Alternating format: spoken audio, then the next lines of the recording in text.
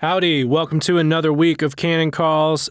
This week, I had a great opportunity to talk with Mark Horne, who is the author of Solomon Says, Directives for Young Men. If you enjoy the episode, please go find that book everywhere books are sold. And additionally, you can find Mark Horne's commentary on the Book of Mark, which I very much appreciated, on the Canon shelf. It is called The Victory of Mark, and you can find that at canonpress.com. So, without further ado, meet Mark Horne.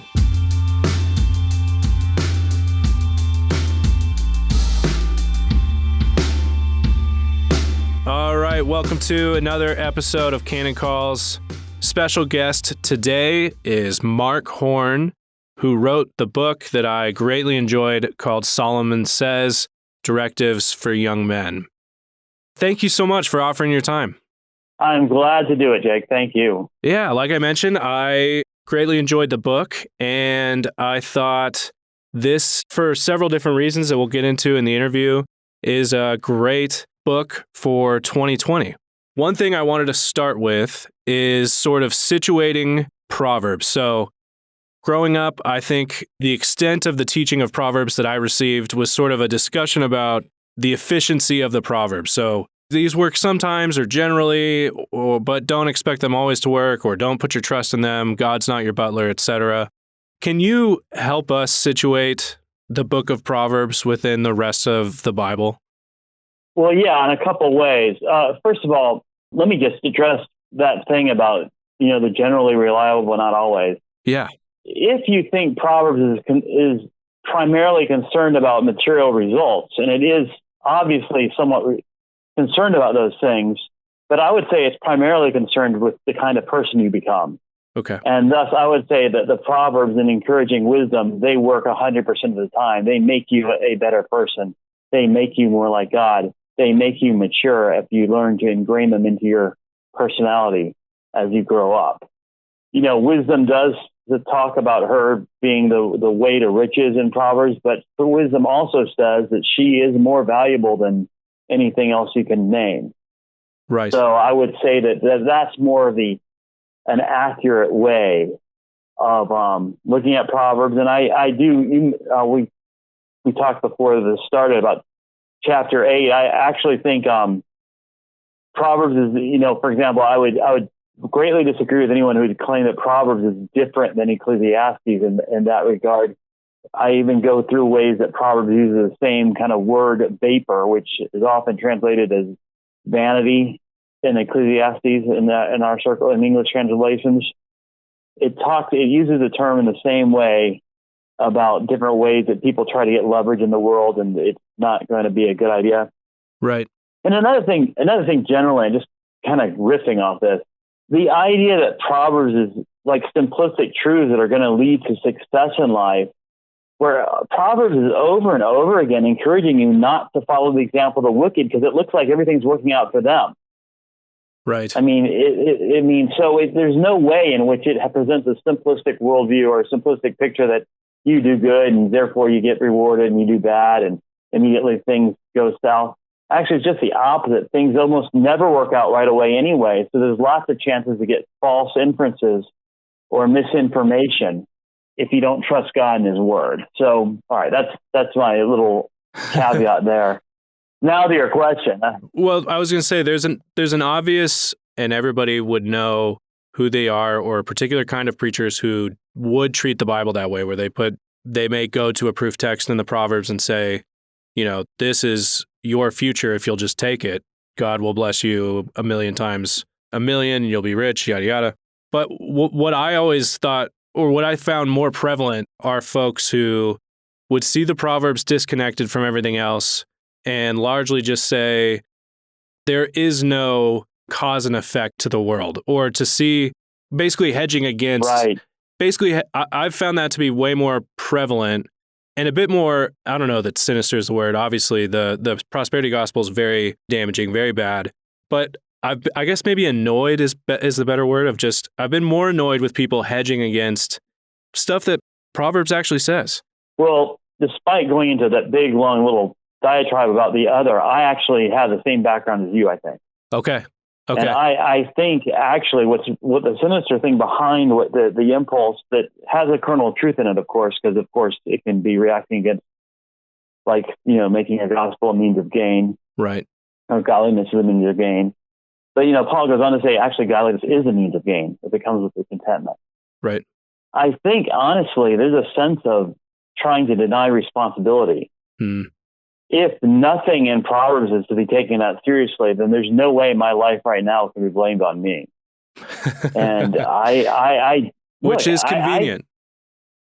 Yeah. And I think, it's not that I'm a great success story in this. I'm actually more learned from like error in this regard. Okay. I think I used to credit myself with not being like this one of these people who's so overly ambitious.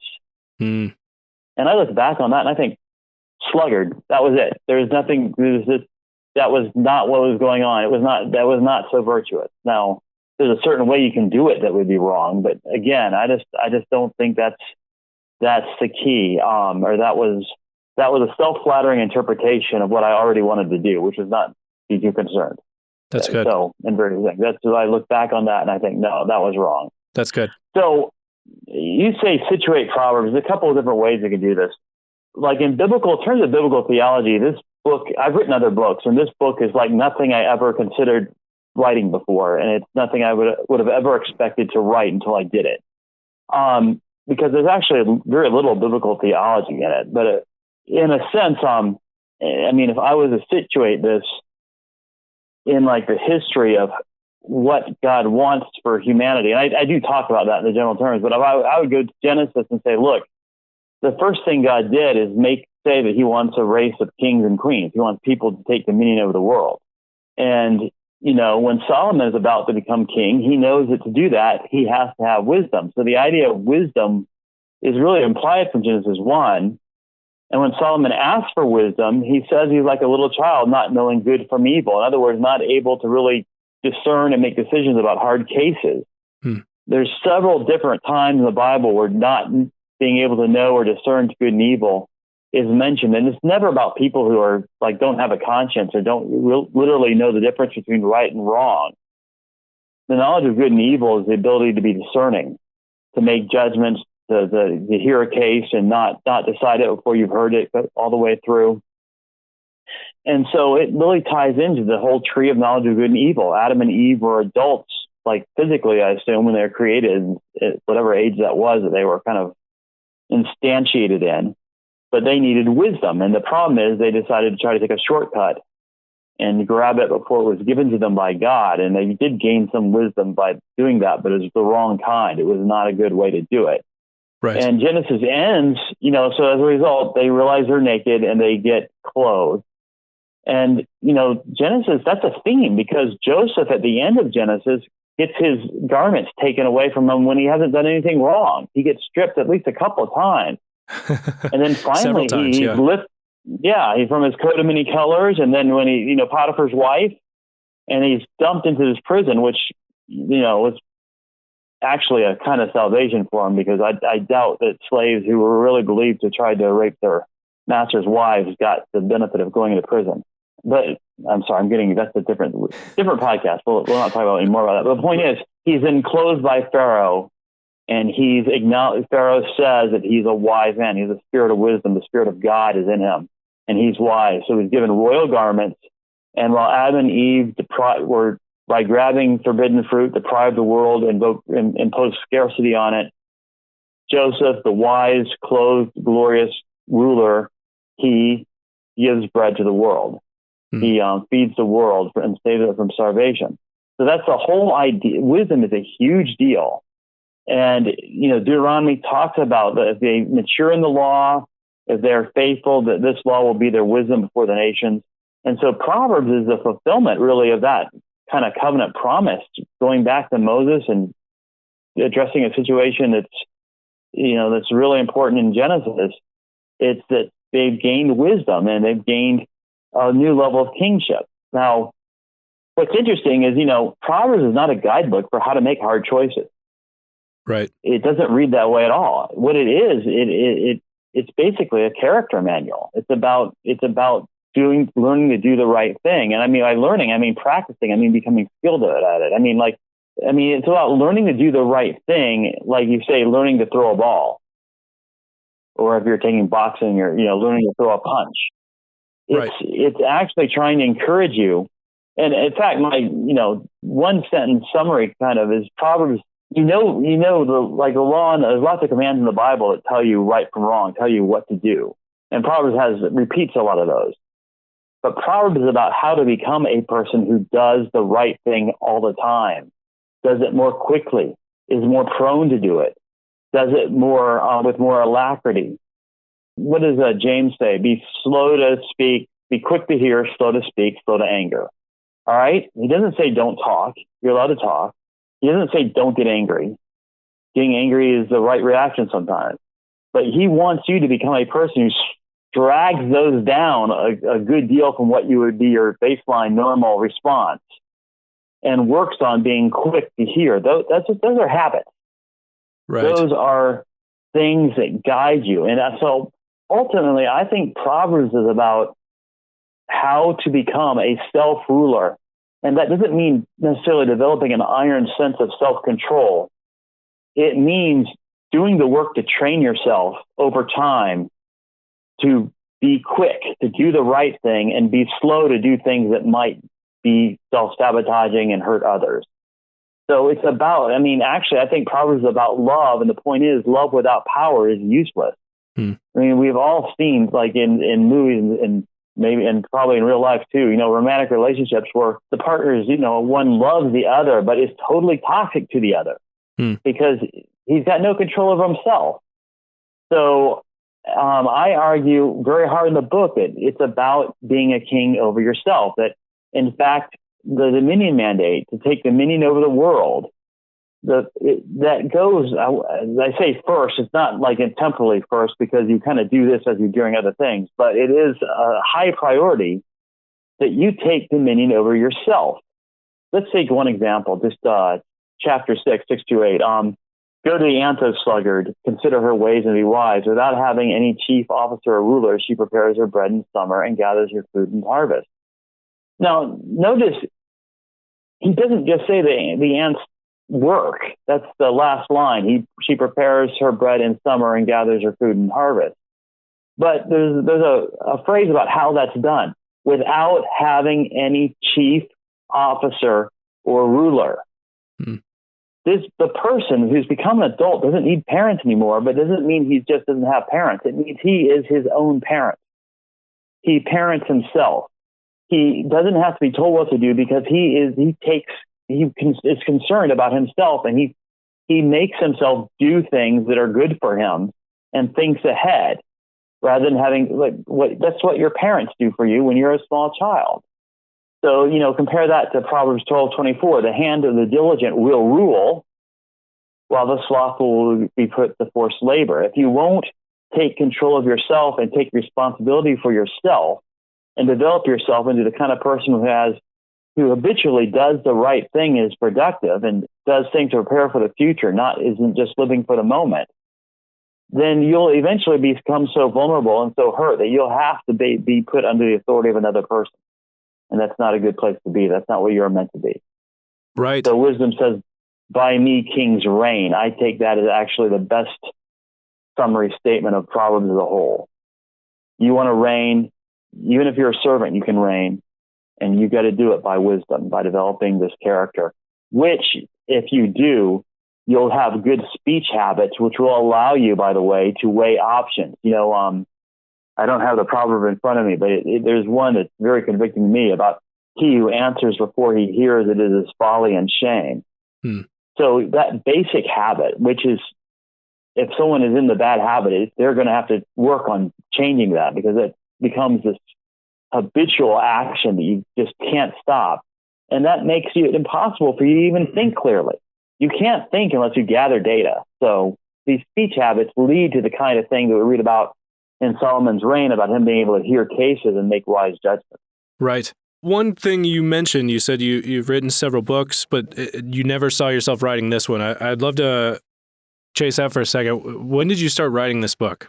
Well, about 12 years ago, I started memorizing Proverbs. Okay. It has to be. I'm sorry, you're going to regret asking this question. Anyway, I started memorizing what we call the aphoristic parts. Started in chapter 10. I went up from 10 to 12 before my brain started rewriting over what I'd previously memorized. My IQ is not high enough to go too far, but at one time I could recite straight through 10 through 12. Wow! And in the process of doing that, you have to think about kind of how there might be some kind of order in this chaotic material, because for one thing, you're trying to prevent yourself when there's repetitions. You could actually use those to jump over a whole chapter. Like there's a line in chapter 10 and an identical line in chapter 11. I could accidentally cue myself wrong by, jumping over that.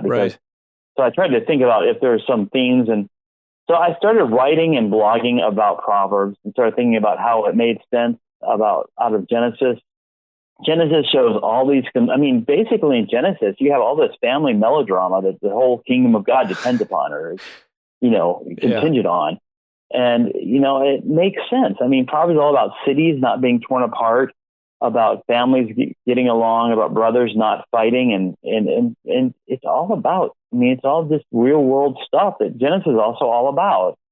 And, if your religion is mainly kind of a bunch of theological abstractions, you might not understand why Proverbs is in the Bible. But if you actually read more of the Bible, then you think, well, Proverbs has to be in the Bible. It has to be. It's about this stuff. So I started just thinking about it. And, I just eventually had an interest in writing a book. And I had it proposed to me. I started working on it, didn't have much time. And then I got, some support to do it. And basically in a couple of years, I wrote the book in the final form that it's in. I thought it would only take me half that time, but, I was doing a lot of other stuff as well. So thanks to some support, I was kept focused. I still write about wisdom at solomonsays.net. That's my blog. And I hope to write more about wisdom and also promote it in other forms besides books. But so officially 2 or 3 years was the official project. But the other answer is I've been working on it for a while. Yeah. And it all started because I tried to memorize the parts that didn't make sense in the terms of like an organized sequence, long paragraphs, et cetera. Right. And try to think about how that would work. Eventually, like that thing I just quoted about the ant in chapter 6, and it's repeated twice in Proverbs. I'd read that 1,000 times, and suddenly I read it and was thinking about it, and it just jumped out at me without having any chief officer or ruler. I started thinking about, when a child is growing up, and you saw this in the book, he usually, this is just my, observation on life. It's not, I don't have a direct scripture for this, but, a child sees his parents as these people who do whatever they want. They decide when they're going to go to bed. They decide what they're going to eat and when they're going to drink and everything else. So one idea of freedom that can easily develop is that when I am an adult, I do whatever I want. And that's totally delusional. That's the only people who have parents like that are very, very dysfunctional homes with lots of problems, including how to make a living. No, we're constrained in 1,000 ways and are grateful for it because we meet those constraints and we empower ourselves through that. But a child needs to grow up and realize he's going from having external parents to being his own parent. That's what's got to happen. And then he can perhaps be a good parent for a child when he has one. So that's the idea, is that you need to be a ruler over yourself. And over again, the Proverbs is about, you have, a couple of things going on. Proverbs addressing you and talking about people as if they are body parts. All right. Another thing from chapter 6, there are 6 things that the Lord hates, 7 that are abomination to him. And most of these are body parts: haughty eyes, a lying tongue, a hand that sheds innocent blood, a heart that devises wicked plans, feet that make haste to run to evil. Notice, by the way, these aren't feet that stumble. It's like in Ephesians, Paul, when Paul talks about the Gentile way of life, he doesn't say these people can't resist temptation. He says they're greedy for it. They run to it. They've developed this need for it. So the question is, are you in control of your body parts as a person who serves the Lord, are your body parts basically running away with you? Are you under the control of your impulses? And so then, you know, you have these things like a slack hand causes poverty, but the hand of the diligent makes rich. Because that's 10:4, and then later on, 21:25, the desire of the sluggard kills him, for his hands refuse to labor. Okay, it's like he's an employer that doesn't have a workforce he can trust. You know, he's not trained his limbs to get busy when they need to be. Right. So same thing for speaking. You know, there are passages, you know, about words where you think, okay, a good person is going to produce good words, and a bad person is going to produce bad words. And this is just going to be automatic, right? This is just, you know. But then you look at the details and you realize the good people are people who actually spend their time not saying words that come into mind because they know that it's better not to speak everything that is in your head, that comes into your head. So when words are many, transgression is not lacking, but whoever restrains his lips is prudent. So it's like, I mean, one of the analogies I use in the book is based on several proverbs is, you know, you keep your gun holstered. You know, you have the right to bear arms, but you don't shoot indiscriminately. This is a dangerous power you have between your lips, behind your lips, in your mouth, your tongue. And you've got to think before you speak. You're right. Be quick to hear, slow to speak. So it's about discipling yourself, discipling your own limbs to be basically the wind at your back rather than a drag on you, to be things that you can use for productive life and to share with others rather than to tear others down and to sabotage yourself. So like 13:3 again, whoever, obviously I had a ellipsis even in the screen in front of me. I don't actually have all this memorized by reference. Whoever guards his mouth, I can't, that would be, anyway, whoever guards his mouth preserves his life. He who opens wide his lips comes to ruin. So you're being a good person and having good intentions even. If someone makes you angry, you can still spout off stuff that is going to not be helpful to you or to him or to anyone else. You've got to learn to control that. And there's a lot of other steps. So there's a lot of things in here about self-control and then not being put under the dominion of others. I mean, for example, of that last thing, when it talks about the adulterous woman, you know, again, this is also chapter 6. Do not desire her beauty in your heart, and do not let her capture you with her eyelashes. Now, that's an interesting cultural reference there. But the point is, if you're captured, you're not much of a king. You know, if you're held prisoner, you're not in control. So it's all about not being basically enslaved to your limbs, to your impulses, to things like wine. All right, you know, it's interesting to me that the Proverbs talked about wine the same way what Proverbs talks about anger. Does it want you to be a man of wrath? What does it say? It says, make no friendship with a man given to anger, or go with a wrathful man, lest you learn his ways and entangle yourself in a snare. Again, you're trapped by your own habits. You yourself have trapped yourself because you've become this kind of person who can't keep quiet or not start a fight. Earlier, 1990, a man of great wrath will pay the penalty, for if you deliver him, you only have to do it again. So he's addicted. And then it talks about wine. Wine is a mocker, strong drink a brawler, and whoever is led astray by it is not wise. So, you know, stuff we think about in terms of a hardcore addiction, the Bible would tend to tell you that your own behavior can be an addiction too. I don't know that word is helpful, by the way, because it means a strong, irresistible urge. Let's go with that. It seems irresistible. You don't want to have to deal with those if you don't have to. So the best way is get free of them and develop different habits. So, you know, I guess in general, going back when I talked about my one sentence summary at Proverbs, you want to think of not only that you know the right thing and you know to do the right thing, but you've been practiced at habitually doing the right thing so you do it easily. You want to make yourself a better obeyer of God, for lack of a term. Now, you don't have to be perfect. I mean, God knows you're a sinner. He's going to forgive you. But the point is, for that very reason, you can always improve on yourself. You can always look for ways in which to increase your ability to observe all that Christ has commanded and thus be a disciple. So what I said about the Great Commission about the Dominion Mandate also applies to the Great Commission.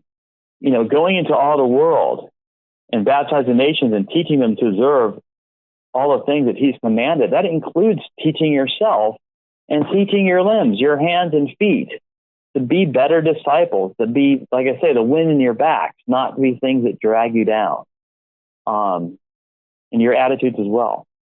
One of the benefits that I see in the Proverbs, and you helpfully illustrate in your book as well, is the gift of self-awareness. In terms of, we've all met people who lack self-awareness and sort of the comedy that could be. But you've already described that the Bible is shooting, especially the Proverbs, is shooting for a kind of person.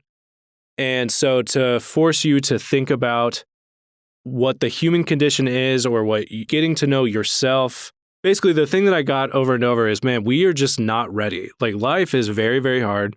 This is why we're given parents. And then, as you're saying, the goal is to eventually parent yourself. But man, human beings are not ready. Life is going at full speed, and we're given parents to sort of help us on the on-ramp.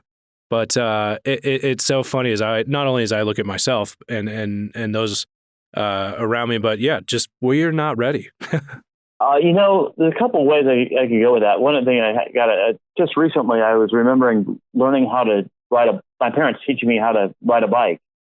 And I started thinking about that whole concept that, how do you teach a child to ride a bike? Well, you really don't do much. You hold the bike up for them, you push them, you encourage them a lot, then you let go of the bike and see how far they make it and try to encourage them to then go through that again. The child has to also take off from that, and teach himself, right? He has to keep going. But that's why you said the word on-ramp, that suddenly made me think of that. I think what you're talking about, when I talk about sloth, there's a lot of different ways sloth can be discussed. And one of the ways is all that Proverbs talks about sleep and how dangerous it can be to love sleep. And it turns out that it's not only sleep. It's not like, for instance, the guy who falls asleep and his field gets overrun with weeds and his whole inheritance is kind of wasted. He wasn't Rip Van Winkle. He didn't just sleep once. He slept a lot, and not only did he sleep, but he didn't go look at his field and say, "Oh no, this is not good. I better do something about it." All right. So it wasn't just sleep. It was just not paying attention.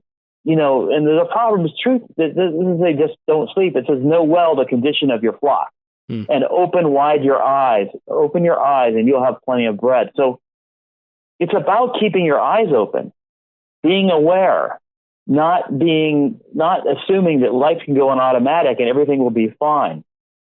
Not being afraid because it's too dangerous, but rather having a kind of reasonable and realistic awareness of what's going on. It's funny.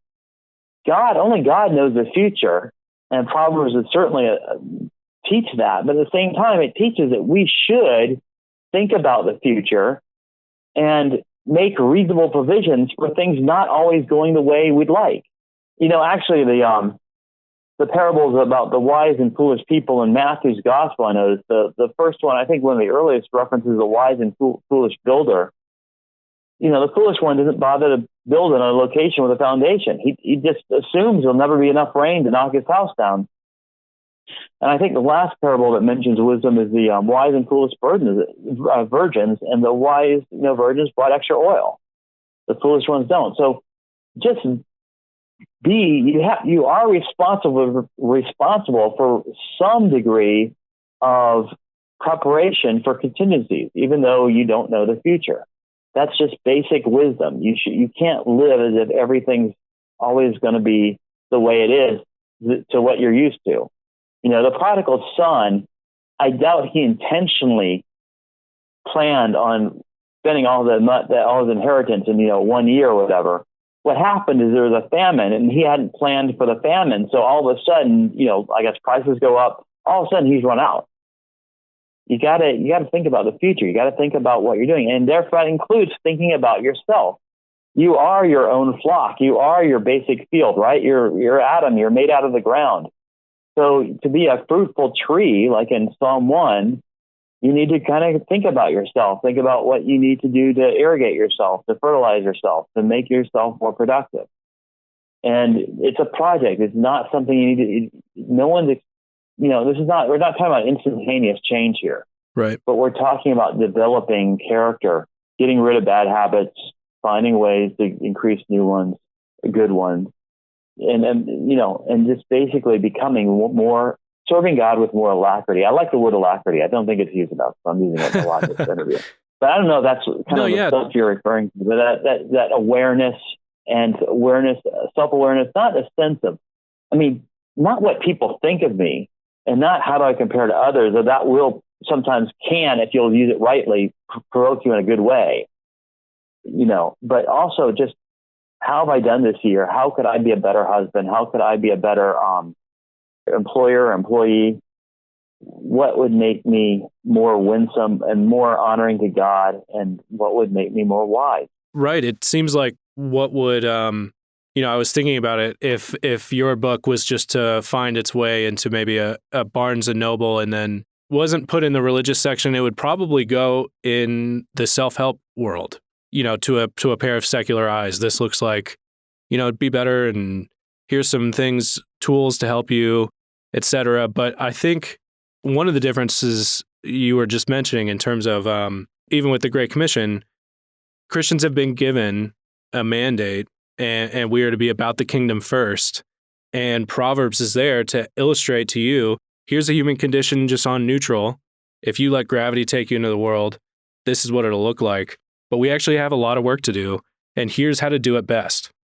Yes, and also, one of the things I said that I'd never write a book. I never thought I'd write a book like this. Is actually, I've always been more emphasizing the corporate life and the flow of history rather than kind of talking about what I guess what's called practical theology. Right. But this time I'm saying, you can have this great structure. You can have model a family, model the church.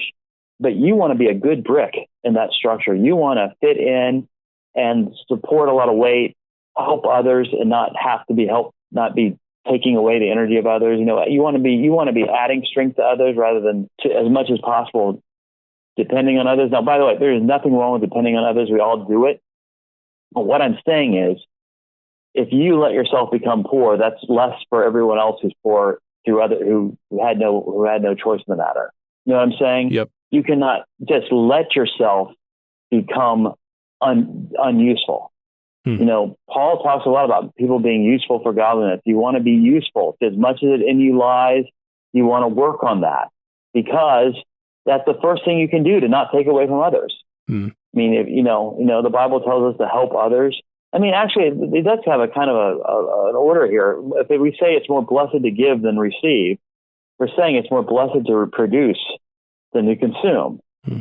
So again, there are lots of people who can't do this, who, God's providence has interfered in some way. And, I'm not asking to judge anyone else, but it is simply a fact. The only way we can produce for people who need help, the best way we can provide the most help for them is by encouraging the generality of the populace of Christian people to be as productive as possible and as useful as possible. That's the only way it's done. Otherwise, we all end up in poverty. There's no other choice. And I can mean that literally as far as economics, or I can mean it more in a metaphorical way. Right. One thing, as I read this, I was thinking about just growing up. One thing I think that folks lack when we talk about, you were saying, and you say this in the book, that the kind of person that the Proverbs are after, basically the wisdom is more valuable than the things it might get you. I feel like I've come to value that only in the last several years because I've been around men who were very helpful, who could look at a situation and wisely, basically a quarterback that can wisely see the defense, who knows, who can see what's not obvious. And what a blessing that's been to me. And this may be a way overstatement, but I'll overstate it and then I'll pitch it to you to maybe either you can agree or steer me back. But man, growing up, I didn't meet a lot of men who were wise or who had gravitas like, I think I can name men with gravitas on two hands, and maybe that's it. So having met men like that, it's something now that I see like, oh, Proverbs makes total sense. I want to become a man who is helpful to people. That's good. What's funny is that, what does wisdom say? It says, I have strength.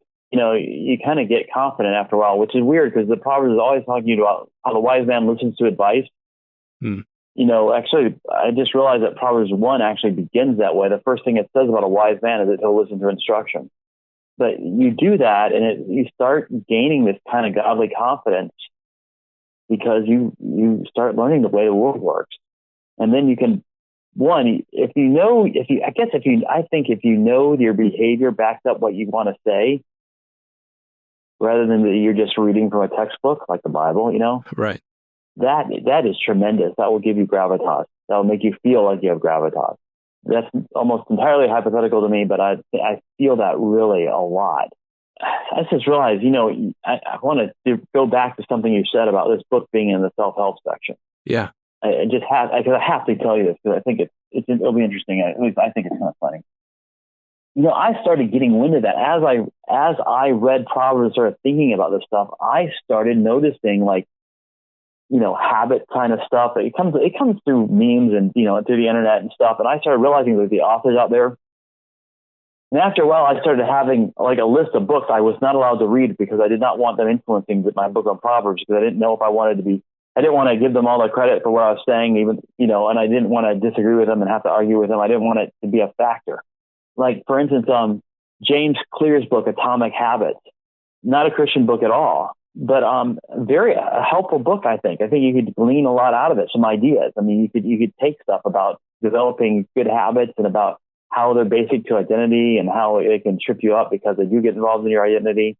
And but a lot of it's very boring stuff about ways to get yourself developing different habits. But there is a lot of stuff out there, and does correspond to a lot of what you're saying, what we read in Proverbs.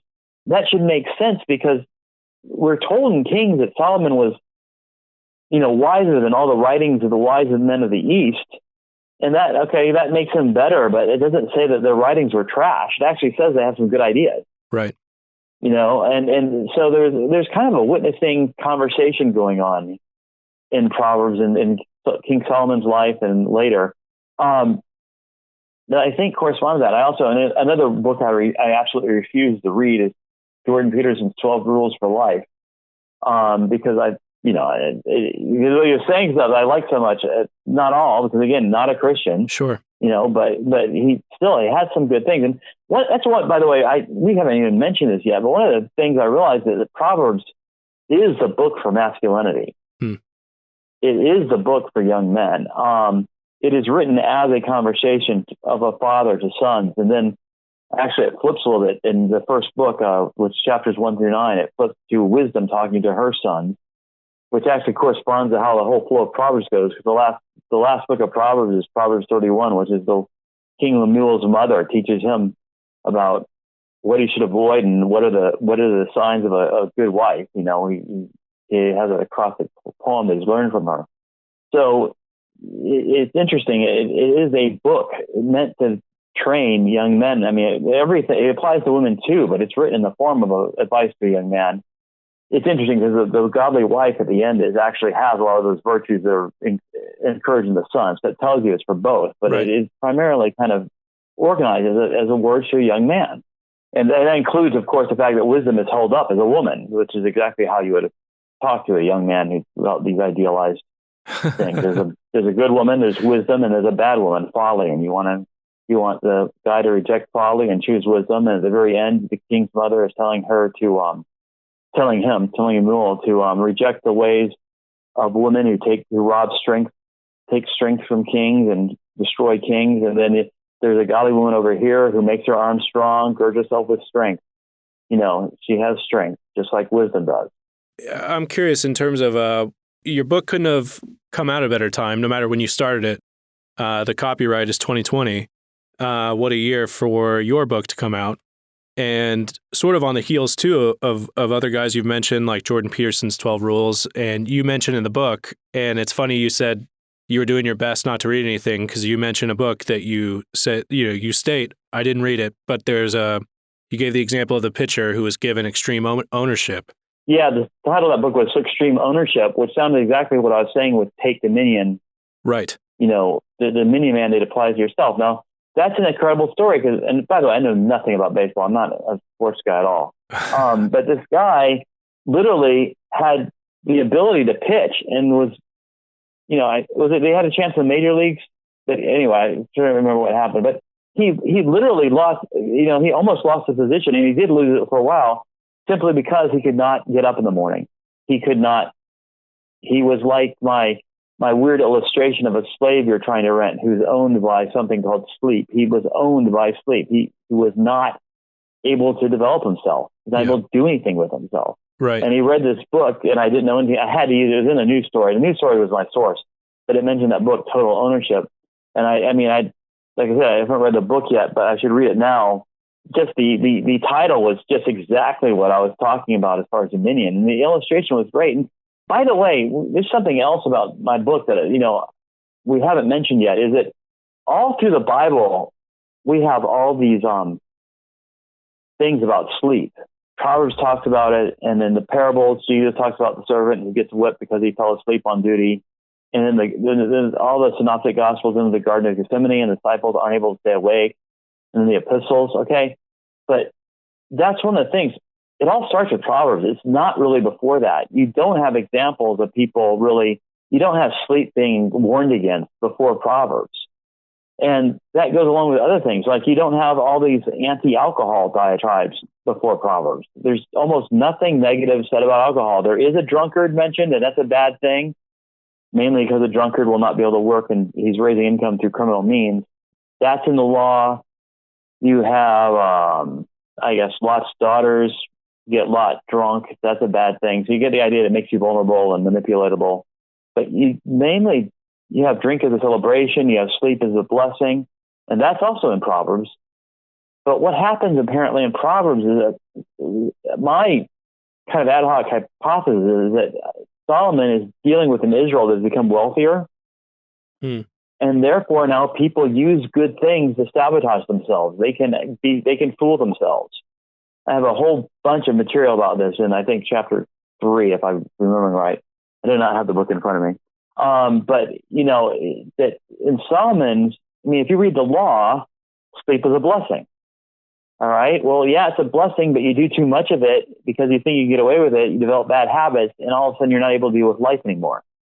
Life gets away from you. You're in poverty. You're not able to handle life. Drink is a blessing. You drink too much, you become another kind of sluggard. You can't work. You become dysfunctional in every way because you're led about by this thing. You've let yourself. So I think about the Proverbs is kind of written. Granted, compared to the level of prosperity we have today, Proverbs is nothing. But compared to the kind of agrarian society they had probably before, and the rise of a big city where silver is as common as stone, well, that means there's a whole bunch of ways to make a living. And there's a whole bunch more freedom. You can maybe sleep in and then go get another job in another part of town where no one knows you and be a day laborer and make some money and go spend on alcohol, party, get drunk, and then repeat the cycle. But in the process, you're consuming everything you make, and then you're getting older and you're getting less able to do a productive job, and you're becoming more unattractive as a laborer because you can't labor.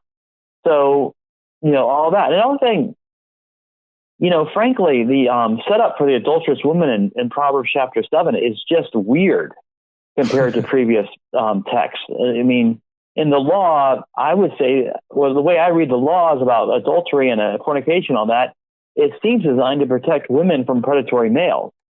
But that's not what you have going on in Proverbs. So again, it's like their society has changed a little bit, and new kind of vices are coming up.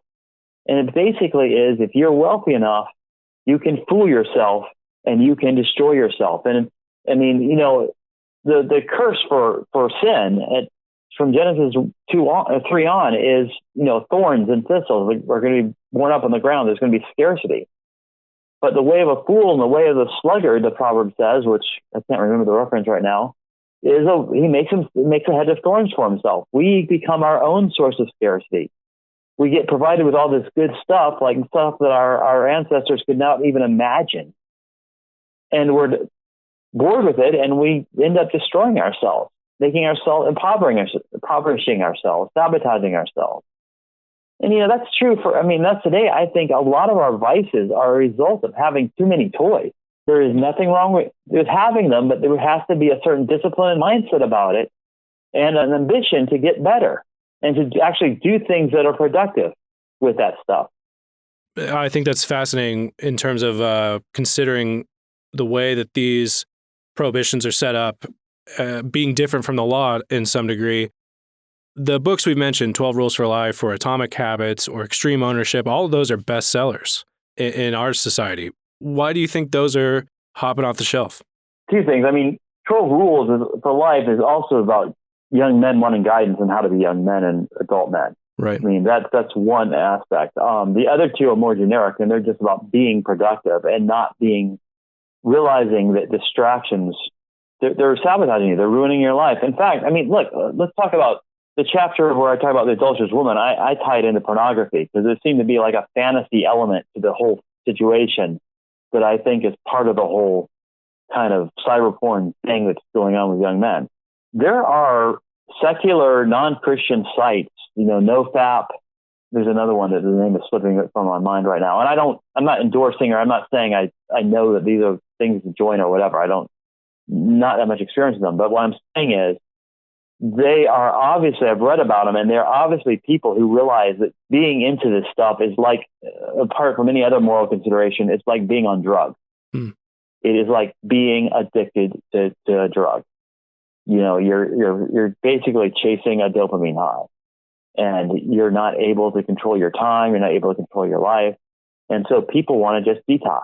They literally think of it like, I'm going to get my life together, and I'm not even sure what that looks like. But the first thing I'm going to do is start clicking on a calendar and just trying to get through the week without having looked at this stuff.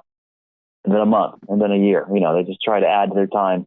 And in the meantime, then they think maybe when my mind and just not hooked on this for a while, I will figure out the rest of my life, which is never going to happen unless at least I get this out of my life. Right. I think that there's some wisdom in that. I think that's a good thing. But if people realize that their toys and their lack of morality also to some extent, to a great extent, I think, but they're not necessarily going to see it that way. Right. That is a major factor in whether or not they can have any self-confidence in general, and also whether they're successful or have better odds at being successful in life in other ways. Mark, I don't want to take any more of your time. You've been awesome. I greatly appreciated the book. If you had one thing sort of that in terms of the Proverbs and in terms of Solomon says of encouragement to parents who have, as you mentioned, it's obviously for everyone, but this is a directives for young men. So parents of young men, what would you want to tell them? Well, I would say that, there's a lot of ways you could use Proverbs in child rearing. But the things that, based on my piece of my book and the stuff that I found interesting and underused before, I would say the main thing is set an example of yourself, one, of wisdom in general. Lead by example. Two, though, make them know without being pessimistic or, without sharing anxiety. You need to teach how to deal with the problems, life's problems, and limitations without anxiety. But make sure they have a view of adulthood. It involves being under constraints and having to make choices that are going to have consequences. In other words, make them realize the real version of freedom is being able to parent yourself, not the fake version of freedom, which is I get to do whatever I want. Right. That's, it's hard. It's a hard lesson to put in somebody. And, a child is dreaming about the time of being an adult in the sense that he reads superhero stories. And all of a sudden he becomes big and strong. That's like crack cocaine. That's exciting, that's exuberant. That's just incredible. Oh, now I'm big and strong and I don't have to, and I'm leaving my parents' home. I'm going to be independent. Well, that's a time when you can really hurt yourself. So just be aware, and, hopefully they'll learn that. So that would be my number one obvious piece of advice. Obviously you get a lot more granular, but that's not really what I wrote Proverbs about. I wrote it more about the kid who's trying to ride that bike in a correct way, after his parents have pushed him. And so that's kind of how you got to do it. Right. So that's an important element of it. Awesome. I do want to say one other thing to your readers is just because you brought it up. I mean, you said this is the perfect year for my book. It is in one sense. It's also the perfect year for not having a good opportunities to like promote the book in person and speak at conferences and all the rest. So if anyone likes the book, if they read it, please, if you hate it, be sure to write me a private email. But if you like it, if you love it, make sure to tell other people and maybe promote it on Amazon.com. I actually do agree, by the way, that my book could be a self-help book. Maybe I'll write a self-help version in some way that's not. I don't want to hide my witness, but I want to be more accessible. Also, by the way, again, I want to mention my blog, SolomonSays.net, if people can read some other stuff I've been writing, because I'm still thinking about these issues and trying to write about them. And so anyway, yeah. Yeah, but before you go, I wanted to mention, I said this sort of in the introduction, that your book on Mark that Canon actually publishes was a huge help to me in Bible college in Minneapolis. So I wanted to thank you for that. Yeah. That's so great. If you ever want to talk about any other books I've written or anything else, just let me know. I'd love to talk to you. I'd love to talk about that book again, see if I can get to this. Because I was very proud of that book in a way, though. I actually did improve on it after I wrote it, unfortunately. But anyway, that's what happens when you keep thinking of something. Hey, thank you so much for your time. Of course, man. We'd love to have you back anytime. And folks can find Solomon Says on Amazon. Is there anywhere else you'd want to send them? You said your blog, SolomonSays.net. Yeah, and of course they can get it from the publisher. But actually, I like Amazon because then you can show people they can get more publicity there, especially if you'll give me a review as a confirmed reader. And it's on. By the way, it's also on Kindle Unlimited as well as it's in the Kindle forms too. So Sweet. If any of your readers care about that. So thank you so much. Absolutely. Thanks so much, Mark. God bless.